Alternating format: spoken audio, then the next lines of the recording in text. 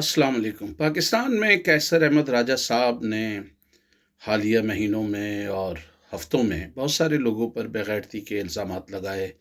और वो फतवे सादर करते रहे। लेकिन अब उनके नाक़िदीन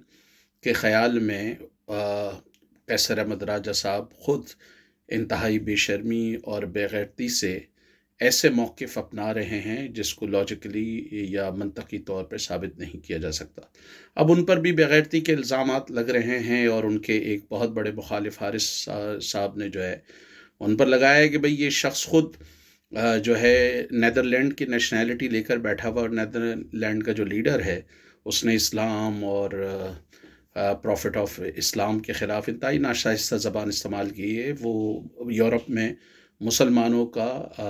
अव्वलीन दुश्मन समझा जाता है। तो राजा साहब के नाक़िदीन ये कहते हैं कि जी एक ऐसे शख्स की,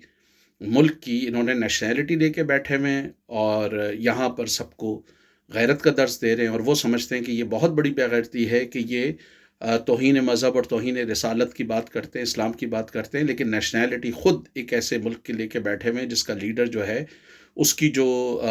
वजह शोहरत है वो यही है कि वो इस्लाम के ख़िलाफ़ हर्ज़ा सराई करता है और जो इस्लाम के उसूल हैं उनके ख़िलाफ़ बोलता है, मोहम्मद सल्लल्लाहु अलैहि वसल्लम पर जो है वो दशनाम तराज़ी करता है, और ये शख्स जो है उस मुल्क की नेशनैलिटी लेकर बैठा हुआ है। उसके अलावा ये भी बात करते हैं कि इस शख्स का इंतहाई दोगलापन है कि ये मुफ्ती तारिक मसूद के पास मिलने गया और इंतहाई बेगैरती से ये उनसे मिला, और वहाँ पर इसकी ये हिम्मत नहीं हुई कि तारिक मसूद से ये पूछे कि भाई आपने ये जो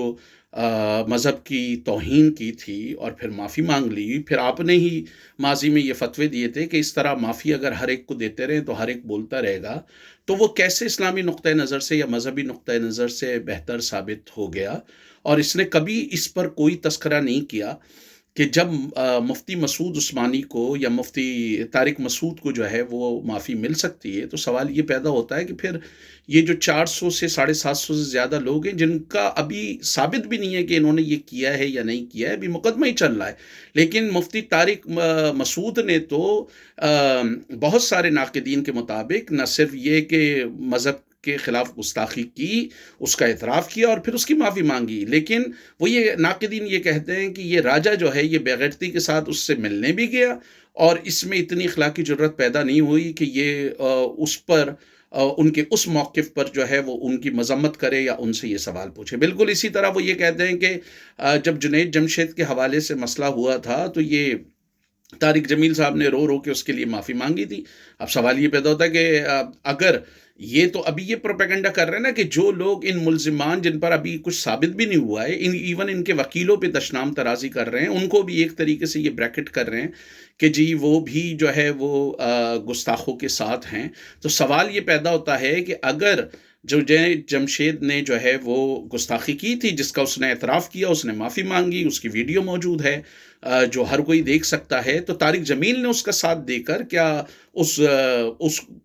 तारिक जमील ने जो उसका साथ दिया उसको वो किस नुक्ते नज़र से देखते हैं, उसके लिए माफ़ी मांगी। और अगर तारिक जमील उसके लिए माफ़ी मांग सकते हैं तो फिर ये जो हज़ारों की तादाद में बेचारे जेल में बंद हैं, इनके लिए माफ़ी क्यों नहीं तलब की जा सकती। इसीलिए मंजूर मैंगल बुरी बुरी गालियाँ देता है मेंबर रसूल पे बैठकर और गंदे गंदे लतीफ़े सुना रहा होता है मेंबर रसूल पे बैठ के, उसको ज़रा सी शर्म नहीं होती। तो बहुत सारे नाक़िदीन राजा साहब से ये सवाल कर रहे हैं कि आप जो है वो इंजीनियर मोहम्मद अली मिर्ज़ा को बेगैरत करार दे रहे हैं, दूसरे लोगों को बेगैरत करार दे रहे हैं, लेकिन आप भी थोड़े सा गैरत का मुज़ाहिरा करके आप क्यों नहीं सवाल करते मौलाना मंजूर मैंगल से। इसलिए कि सिपाही साहबा के लोग आपकी जो है वो ईंट से ईंट बजा देंगे, आप ऐसा कर रहे हैं। तो अगर आप जो है खौफ की वजह से, डर की वजह से सच नहीं बोल रहे, तो उनके ख़्याल में क्या ये बेगैरती नहीं है? बिल्कुल इसी तरह खादिम रिजवी जो है वो मेंबर रसूल पे बैठ के गालियाँ बकता था, अलल ऐलान गालियाँ बकता था ताहिर कादरी और दूसरे लोगों को, और उसने ऐसी ऐसी घटिया बातें की हैं। और बहुत सारे लोग कहते हैं कि क्या वो उसके ज़ुमरे में नहीं आती, बिल्कुल उसके गुस्ताखी के ज़ुमरे में नहीं आती। मसलन लाज़िम बात है इन बातों को करते हुए आपको लफ्ज़ों को बड़ा संभाला देना سنبھالنا پڑتا ہے، ورنہ مولوی پتہ نہیں کون سا لفظ آپ کا اٹھا کر آپ پر جو ہے وہ کفر کے فتوے لگا دیں۔ تو راجہ صاحب کے ناقدین یہ ان کو چیلنج کر رہے ہیں کہ بھائی آپ جو نیدرلینڈ کا لیڈر ہے، اسلام کے خلاف بات کرتا ہے، پرافٹ محمد کے بعد خلاف بات کرتا ہے، تو کیا آپ اس کے خلاف کوئی انگریزی میں باقاعدہ وہ کریں گے تاکہ اس کی بھرپور مذمت کریں گے، نیدرلینڈ گورنمنٹ کی بھرپور مذمت کریں گے؟ آپ کا اپنا کیا خیال ہے، ویورز کا کیا خیال ہے کہ کیا راجہ صاحب کو بے غیرتی کے فتوے جاری کرنے سے پہلے اپنے وجود میں اگر کوئی غیرت پائی جاتی ہے تو اس کا بھی احتساب کرنا چاہیے آپ کے خیال میں؟ کہ یہ جب دوسرے لوگوں پر اس طرح کے فتوے لگاتے ہیں اور حب الوطنی کا لوگوں کو درس دیتے ہیں اور پوری دنیا میں یہ بات کرتے ہیں کہ جو لوگ اسلام کے خلاف بات کرتے ہیں ان کے خلاف علم بغاوت بلند کیا جانا چاہیے یا بولا جانا چاہیے، تو کیا ان کو نیدرلینڈ کے خلاف اور نیدرلینڈ کی حکومت کے خلاف اور اس رہنما کے خلاف بولنا چاہیے؟ اپنی رائے آپ جو ہے وہ کامنٹ سیکشن میں دے سکتے ہیں۔